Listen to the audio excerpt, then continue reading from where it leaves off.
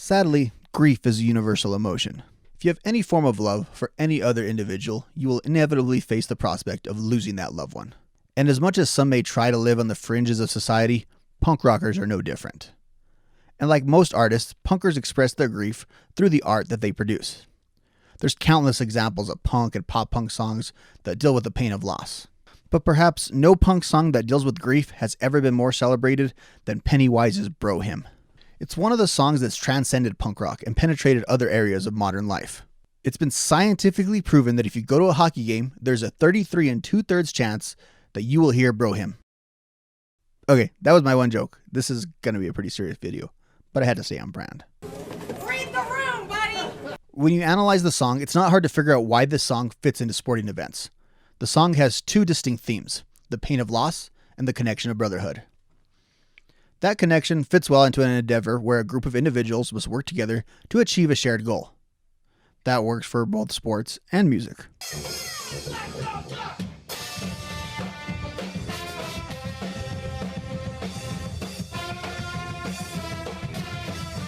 But what I think the more mainstream interactions with this song miss is the simple fact that the said connection is further forged and solidified through the pain of experiencing loss. For Pennywise, the pain of loss has manifested itself through this song 2 times. Over 30 years ago, the song was written as a tribute to 3 fallen friends. And 25 years ago this week, the song was re-recorded as a tribute to its author.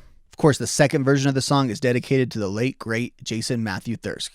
Thirsk was a founding member and early songwriter for the now legendary punk band based out of Hermosa Beach, California.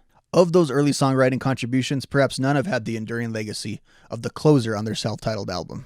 The song was allegedly a collaboration between Thirsk and guitarist Fletcher Drag, with Drag coming up with the riff and Thirsk providing the lyrics and concept. The song is simple in structure, but it jumps out in execution. And while the song can lyrically be applied in a universal manner, it was specifically written about 3 deceased friends, Carlos Canton, Tim Colvin, and Tom Nichols.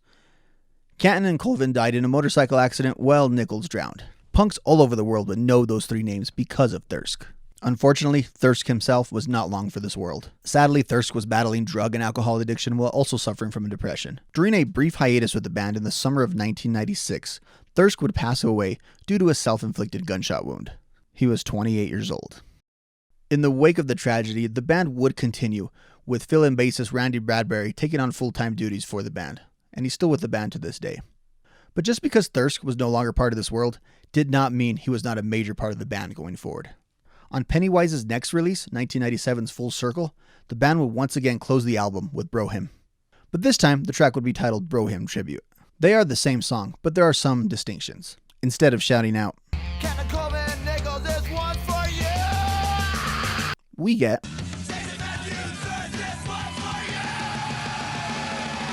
and in the third verse, Jason's brother Justin hits us with this.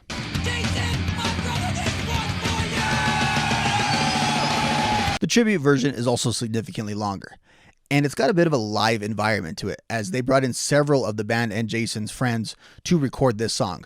And they recorded it apparently in a live environment, like all at once, not with the tracks separated. And so that's why it's got the feel and the vibe that it has. And that feel and vibe has carried on for a quarter century. At each Pennywise show, this song is a rowdy communal tribute to the very individual that wrote the song. The song generally comes at the end of their sets, and when they perform the song, they have either the audience or several friends and family join them on stage to take part in the celebration. If you saw the spectacle of this song without knowing the context, you might think you were witnessing some sort of ritual at like a mega church or something. No, not at that church. But it's in these live performances where the song takes on its duality of being a tribute to both fallen loved ones and a celebration of human kinship. And maybe that's just it. This song has resonated with so many people for so long because of its simplicity and universal appeal. The same bass and guitar riff plays throughout most of the song, and there are extended periods that the audience can sing along with even if you don't know the actual lyrics word for word. And if you do know the lyrics word for word, this message does hit pretty hard. It's a message of unity, bore out through despair. But what are your thoughts on this song? How has this song helped you get over something, or unite with those who are closest to you? Rest in peace, Jason. Talk to you next time.